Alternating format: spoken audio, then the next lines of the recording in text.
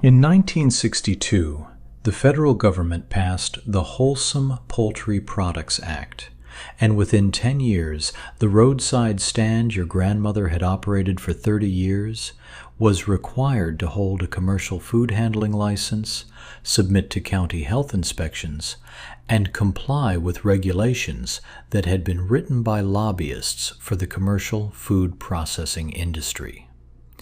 Your grandmother kept selling anyway, because she had fed her county for 3 decades, and she knew exactly what she was selling, which was more than the companies that wrote those regulations could say about what was in their own canned goods. Number 4 on this list is a pricing trick she used that the IRS called evasion, and that a federal judge in 1977 ruled completely legal. And the distinction mattered because it meant she kept the money. The roadside stand was not a primitive retail operation. For millions of American women through the mid-20th century, it was a commercial enterprise with its own logistics, pricing strategy, customer relationships, and negotiating methods. A 1947 USDA survey of rural direct marketing found that approximately 340,000 roadside food stands operated across the United States, generating an estimated $890 million in annual sales, at a time when the average American family earned $3,300 a year. These were not hobbyists.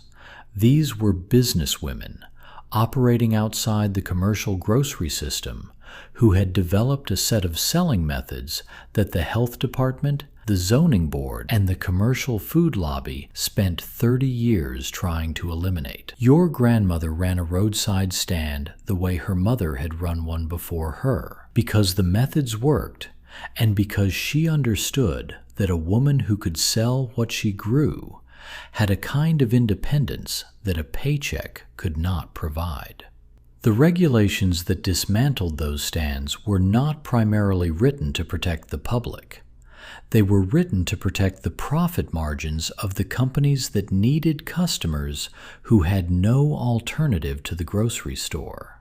She was the alternative, and she was winning, and that was the problem. The health department licensing process alone cost more than most roadside operators earned in a month, which was not an accident of the regulatory design, but a feature of it, visible in the meeting minutes of the trade associations that had lobbied for it. Here is what your grandmother knew before the regulations caught up with her. The average cost of the food handler's license alone in $1972 was equivalent to 3 months of roadside stand revenue for the median vendor identified in the USDA survey. The county health inspection requirement added an additional annual cost that brought the total compliance burden to between 18 and 22% of the median vendor's annual gross revenue. No grocery store chain was required to pay a compliance cost equivalent to 18% of its revenue. The regulation was applied at the scale most damaging to the competitor it was designed to eliminate. Number 1. The Honor System Table. The Honor System Table predates the American Republic. A 1908 survey of rural commerce in Virginia documented the practice across 6 counties. Produce, eggs, canned goods, and small livestock were displayed at the roadside under a handwritten price list, with a locked cash box bearing a slot for payment. No seller was present during most transactions. Buyers took what they needed and paid what was listed. The survey found that average shortfalls from theft or underpayment were less than 2% of total sales, a shrinkage rate lower than the national average for staffed retail operations of the same period. The honor system table was not naive. It was an accurate assessment of how most people behave when they are trusted explicitly and publicly rather than watched privately. Your grandmother understood the psychology behind the honor system table in a way that no retail consultant has improved on. Accountability without surveillance requires that buyers understand they are being trusted explicitly, which means the trust has to be stated, not implied. The unlocked cash box with a slot does not communicate trust. It communicates oversight through the mechanism of access. The handwritten note that says, "I trust you to leave what this is worth," communicates something categorically different, and people respond to it differently. She knew which items to place on the honor table and which to hold back.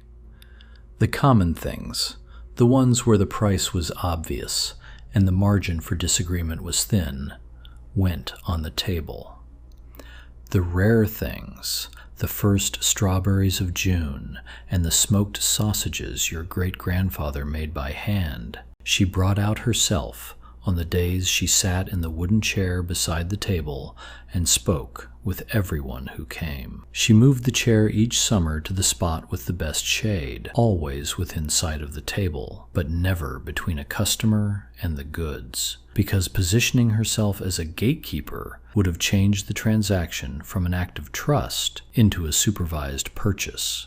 And the supervised purchase was exactly what she was competing against. Health department regulations that required a licensed food handler to be physically present at any point of sale effectively banned the honor system table in most counties by the mid-1970s. The regulation was written for commercial food service establishments where contamination was a genuine risk and direct supervision was necessary. It was applied to an outdoor table holding sealed jars of jam and unwashed vegetables at the same regulatory weight as a commercial restaurant kitchen, because applying different standards would have required acknowledging that the operations were different, which would have created an exemption from licensing requirements that generated revenue for the county and protected the market position of the commercial competitors who had lobbied for those requirements in the first place. Number 2, the farm-to-neighbor bundle. Your grandmother's most effective roadside selling trick was not a price. It was a bundle. She learned early that customers who had already driven to the roadside stand had made the decision to spend money before they got out of the car. The question was not whether they would buy. The question was how much. A single item at a fixed price answered that question narrowly and put a ceiling on the transaction before it had fully begun.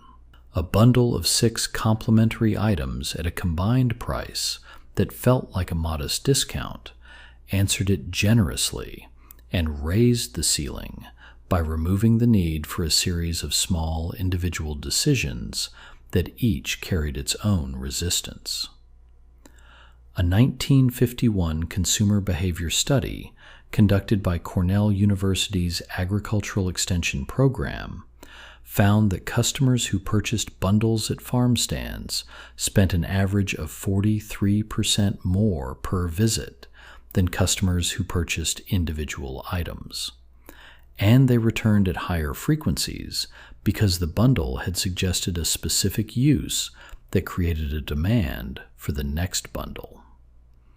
Your grandmother's bundles were not assembled randomly or for her own convenience. She built each one around a specific meal plan she could describe in 30 seconds while the customer stood on the roadside. Everything you need for a Sunday dinner for 6 people. Everything for 3 days of breakfasts for a family of 4. A full week of preserves organized by use from Monday through Sunday. The bundle worked because it transferred the cognitive cost of shopping from the customer to the seller. Your grandmother had already done the thinking about which items went together and why, and at what combined price the offering made sense. The customer had to make a single binary choice rather than a sequence of individual ones.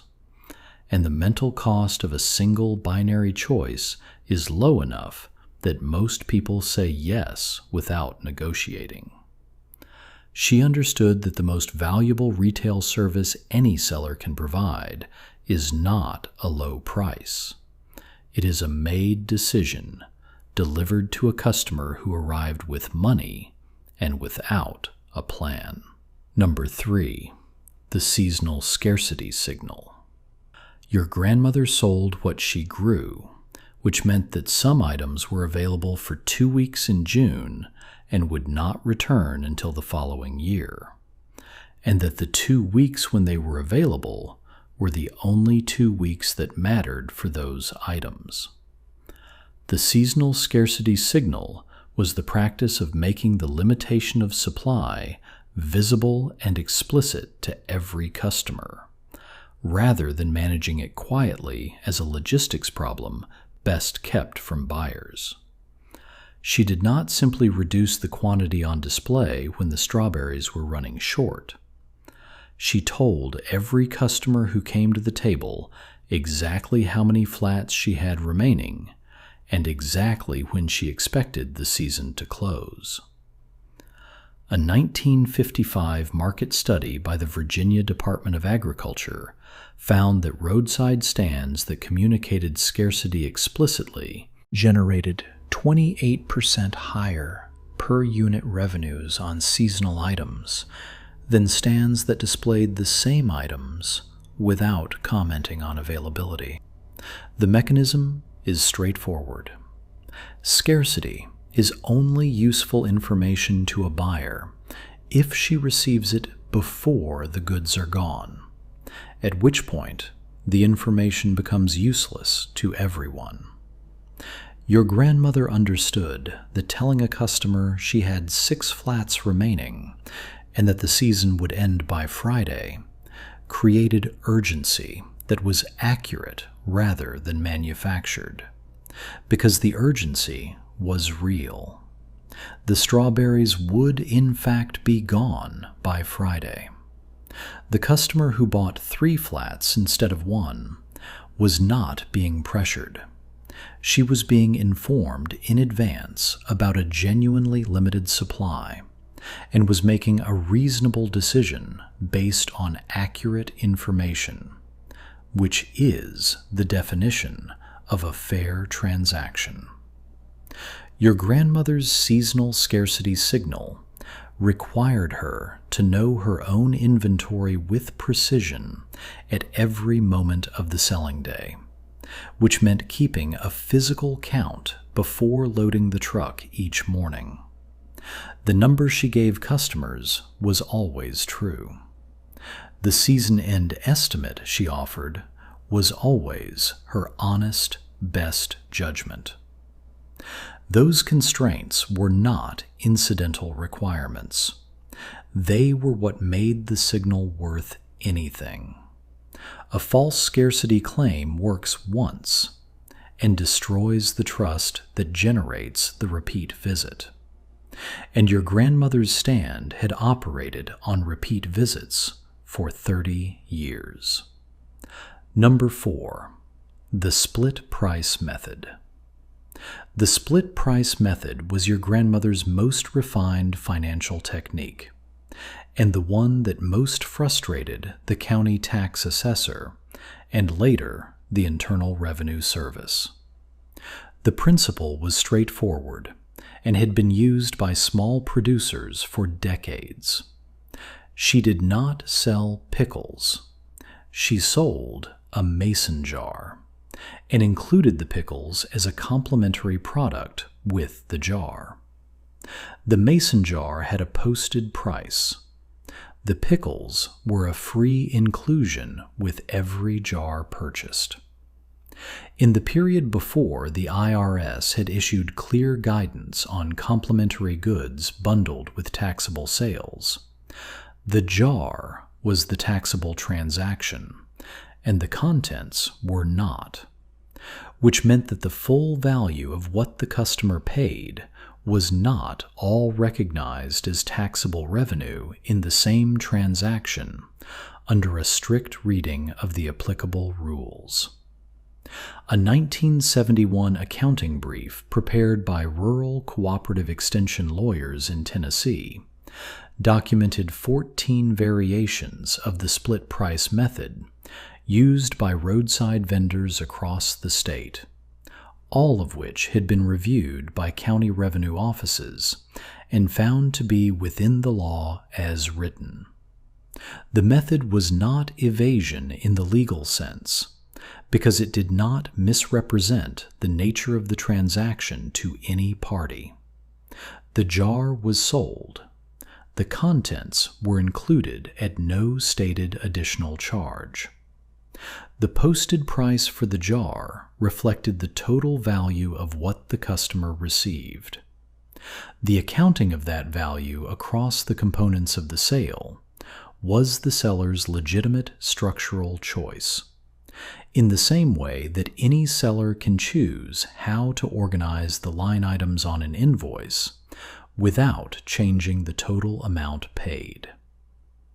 The IRS issued guidance in 1977 clarifying that the fair market value of complementary goods included with a taxable sale must be recognized as income in the same period as the sale, regardless of how the seller had structured the transaction internally.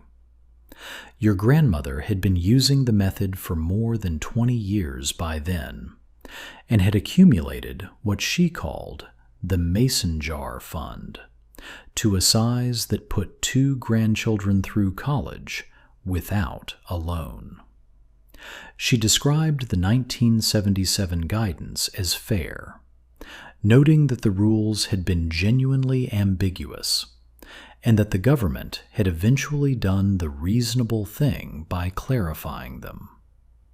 She also noted that she had moved the money before the clarification arrived, which she considered the equally reasonable thing.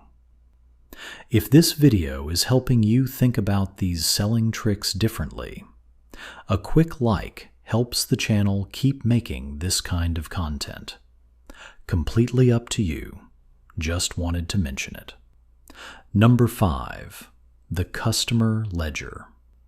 Your grandmother kept a list of her best customers and their preferences, with the same attention she applied to her seed inventory.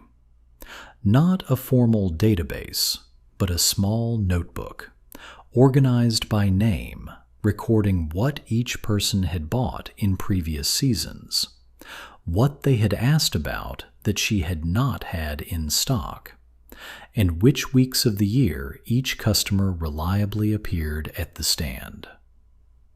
A 1958 Extension Service report on farm direct marketing in Kentucky found that vendors who maintained written customer preference records generated 31% higher repeat visit rates than those who did not, and that the difference was maintained even after controlling for product quality.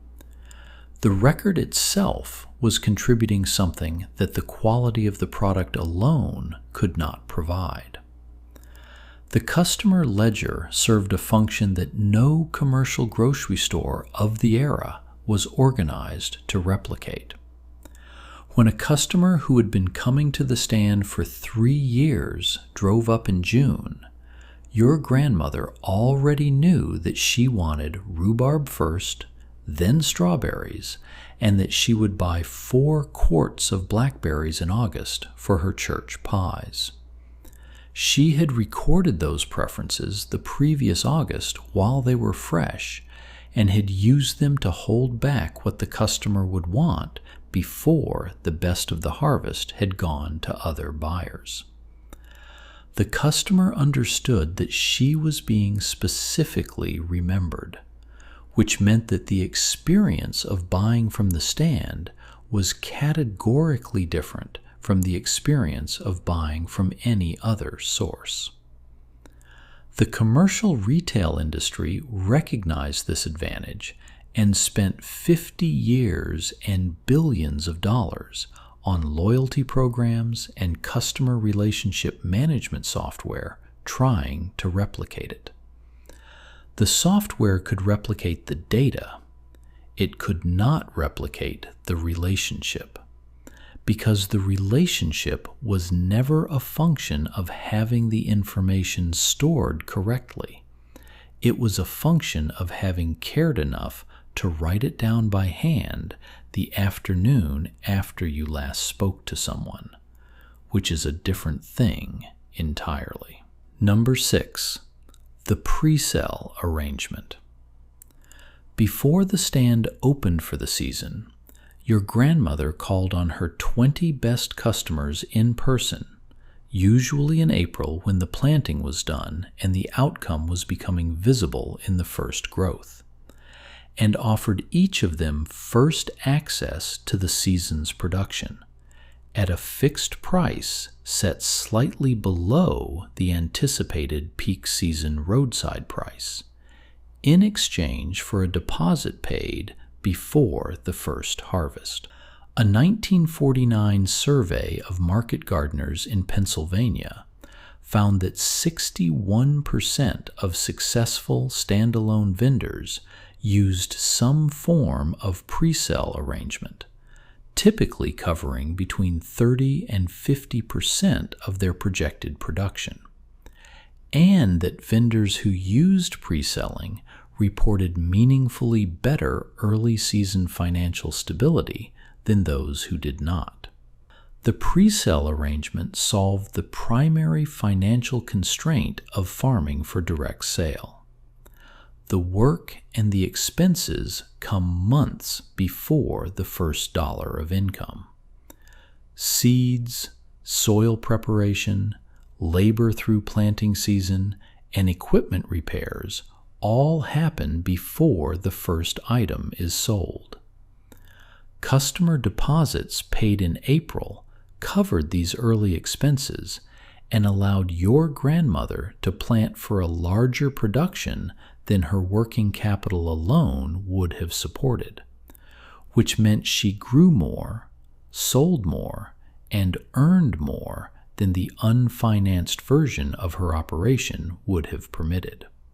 The customers who placed deposits received the first and best of each harvest, and a price below the peak season roadside rate, which they correctly understood as fair compensation for the advance commitment they had absorbed on the producer's behalf.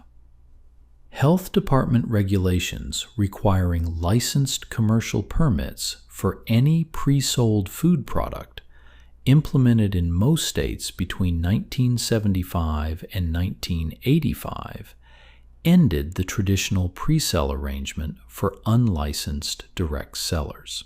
Access to working capital became the barrier that finished many operations the regulations had not already closed down. The pre-sale had been the informal capital market for small food producers, before the regulations required them to substitute bank loans, which carried interest that the deposits had not.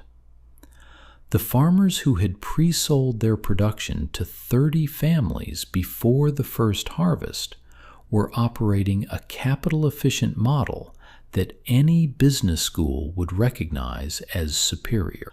The regulations that ended it were not based on evidence that the model had harmed anyone. They were based on the lobbying power of the organizations that the model was competing against. Number 7, the handshake price. Your grandmother rarely posted prices on her best and most variable items. She looked at the customer standing in front of her, applied everything she knew about that person and about that week's market, and named a price in conversation. The handshake price was not a manipulation. It was a calibration. A 1954 rural marketing study from Ohio State University found that personalized pricing, where the seller names a price after a brief exchange rather than pointing to a posted sign, resulted in higher average transaction values and higher customer satisfaction ratings simultaneously. The customer felt she had participated in the pricing rather than simply accepted what had been decided in her absence, which made the price feel like the outcome of a fair negotiation rather than an imposition. The mechanism behind the handshake price was your grandmother's command of two things that no posted sign could capture: what the item was worth in that specific week's conditions, and what the person standing in front of her was likely to consider an honest price given what she knew of them and their situation. A customer who had driven 20 minutes in the August heat and mentioned she was buying for a family reunion needed to feel the trip had been worthwhile. A regular customer who stopped every Saturday needed to feel that her consistency was being recognized. A first-time buyer needed a price that communicated that future visits would be worth making. Each price was different. Each was honest. The differences reflected relationships, not exploitation. Fixed posted pricing, which agricultural market regulations began requiring in most states by the early 1980s, eliminated the handshake price as a legal commercial practice. The regulation was designed to prevent discriminatory pricing and ensure consumer protection through price transparency. What it standardized all transactions to the same flat rate for, rewarding the occasional buyer and the committed one at the same level, was exactly the inverse of the relationship logic that had made the roadside stand economy durable for a century. Number 8, the end-of-day markdown. With 45 minutes remaining in her selling day, your grandmother marked down everything on the table that would not hold its quality through another 24 hours. She did not do this quietly or apologetically. She announced it publicly, naming the new prices clearly so that everyone within earshot understood the last hour was a distinct event with its own character, not a winding down of the main event. A 1961 farm market study in New Jersey found that announced end-of-day markdowns increased total unit sales in the final hour by an average of 67%, compared to days when equivalent markdowns were applied without announcement, because the announcement converted the last hour into a second opening rather than a closing. The public announcement transformed a logistics problem into a social event. Customers who had passed the stand earlier and were still deciding had a reason to stop now. Customers who had already purchased once had a reason to purchase again at a price that felt different from the first transaction. Your grandmother lost margin on the markdown items, but recovered it in two ways. She moved inventory that would otherwise have been composted at a total loss, and she built goodwill with customers who experienced the markdown as a deliberate act of generosity because she had framed it as a deliberate offering made at the beginning of the hour rather than a forced reduction announced at the end of it when nothing remained to be saved. Framing changed the meaning of the same economic act entirely, which is something your grandmother understood without ever having read a marketing textbook. Number 9, the word-of-mouth referral premium. Your grandmother's most efficient and least expensive form of customer acquisition was the private acknowledgement she gave to customers who sent new buyers to her stand. Not a formal referral program with printed cards and defined cash rewards, but a quiet exchange at the next visit. Something extra, offered without announcement, in private, recognition of something the customer had done that your grandmother had noticed and valued. A 1956 survey of rural direct marketers in Minnesota found that informal referral acknowledgments given at the seller's discretion, framed as a personal expression of appreciation rather than a contractual reward for a defined action, generated new customer acquisition rates exceeding any alternative promotional method, including local newspaper advertising, at essentially zero incremental cost. The informal referral premium worked because it preserved the social character of the recommendation that had preceded it. When your grandmother's customer told a friend to visit the stand, and the friend came, and the original customer found something extra waiting at her next visit, the entire sequence was personal from beginning to end. The customer had committed her own social reputation to a recommendation. Your grandmother had noticed and returned that commitment with a private acknowledgement. Neither transaction required a program, a card, a code, or any formal mechanism. Both parties understood what had happened and what it meant about the relationship between them. The commercial retail industry spent decades trying to formalize this dynamic into loyalty programs and referral bonuses that could be tracked and optimized. The formalization always converted the personal act into a commercial transaction, which extracted the social value from it while preserving the economic incentive. Your grandmother's version worked because the social value was the point. Your grandmother understood that the commercial food system was not designed to feed people well. It was designed to feed people reliably and profitably at scale. And those are different objectives that produce different food. Her stand fed people well at the scale of a county, and the people who bought from her knew the difference.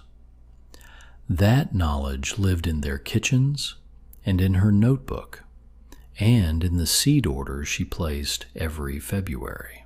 And none of it required a license to be true. The sale was a byproduct of two people treating each other like people, which has always been the most durable commercial model ever invented, and the one that the modern retail infrastructure is least equipped to replicate at scale. The network of roadside stands that your grandmother's generation built and ran was not a quaint artifact of simpler times. It was a sophisticated commercial ecosystem built on relationships, reputation, and knowledge that comes from growing what you sell and selling it to people whose names you know and whose preferences you have written in a notebook. The regulations that dismantled that system between 1965 and 1985 were not written by people who wanted to protect buyers from vendors like her. They were written by people who wanted to protect the commercial food infrastructure from her competition because she was selling better food at honest prices to people who came back every week, and no regulatory agency was going to write an exemption for that. She did not need a spreadsheet to calculate the margin on a quart of strawberries. She knew the number because she had planted the seeds and picked the berries herself. And the cost of that knowledge was 20 years of attention paid to soil and weather and the specific habits of the customers who drove up and parked on the shoulder of the county road and came to see what she had that week. No competitor could replicate that knowledge by reading a market report. Try one of these this week. Set out something you made with a price on it and a note that says you trust whoever comes. Tell me in the comments what you put out and whether the box came back right. Your grandmother ran that experiment every summer for 30 years, and the answer was almost always yes. The knowledge she built is not gone. It is just quietly sitting in a notebook somewhere, waiting for someone to open it and start again.